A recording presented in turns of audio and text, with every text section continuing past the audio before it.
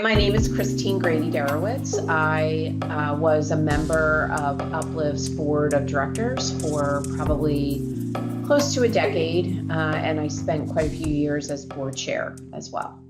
I learned about Uplift through my friendship with a prior executive director of the organization, Darcy Walker Krause. Darcy and I have been friends for many years.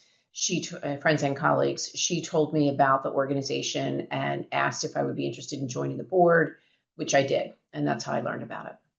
The connection to the programs really came through my work on the board, learning about the programs, having a better understanding of what it is that our clinicians do, and really coming to have tremendous admiration for the work that the clinicians do, for the creative way in which they help children process, understand grief, and the different ways that they look at our communities of children and youth and families in Philadelphia and tailor programs specifically for some of those communities. To learn what the clinicians are doing, whether it's working with the LGBTQ plus community, whether it's working with adjudicated youth, working with children who have experience loss in all different ways. Something as basic as not charging for services certainly makes Uplift special.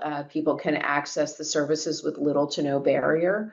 I think the way that Uplift, again, through its clinicians, meets the community is really special, whether it's in schools, in community organizations, or even at Uplift's own facility. Being in the community, meeting people where they are, getting them information and resources, even something like the hotline that was established at the beginning of COVID is something that is really special. You can pick up the phone and you talk to, as we say, a master's trained clinician who can get you started on a path to resources and to grief groups and to other things.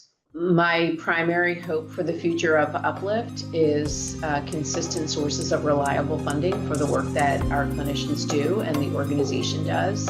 It is, as we all know, very, very hard to constantly be seeking funding for work that is just so important and can have such a significant impact on individuals' lives and on communities. I also would say my hope is that Uplift has continued opportunities to provide these services to children in all corners of the city, in all communities, and in all circumstances.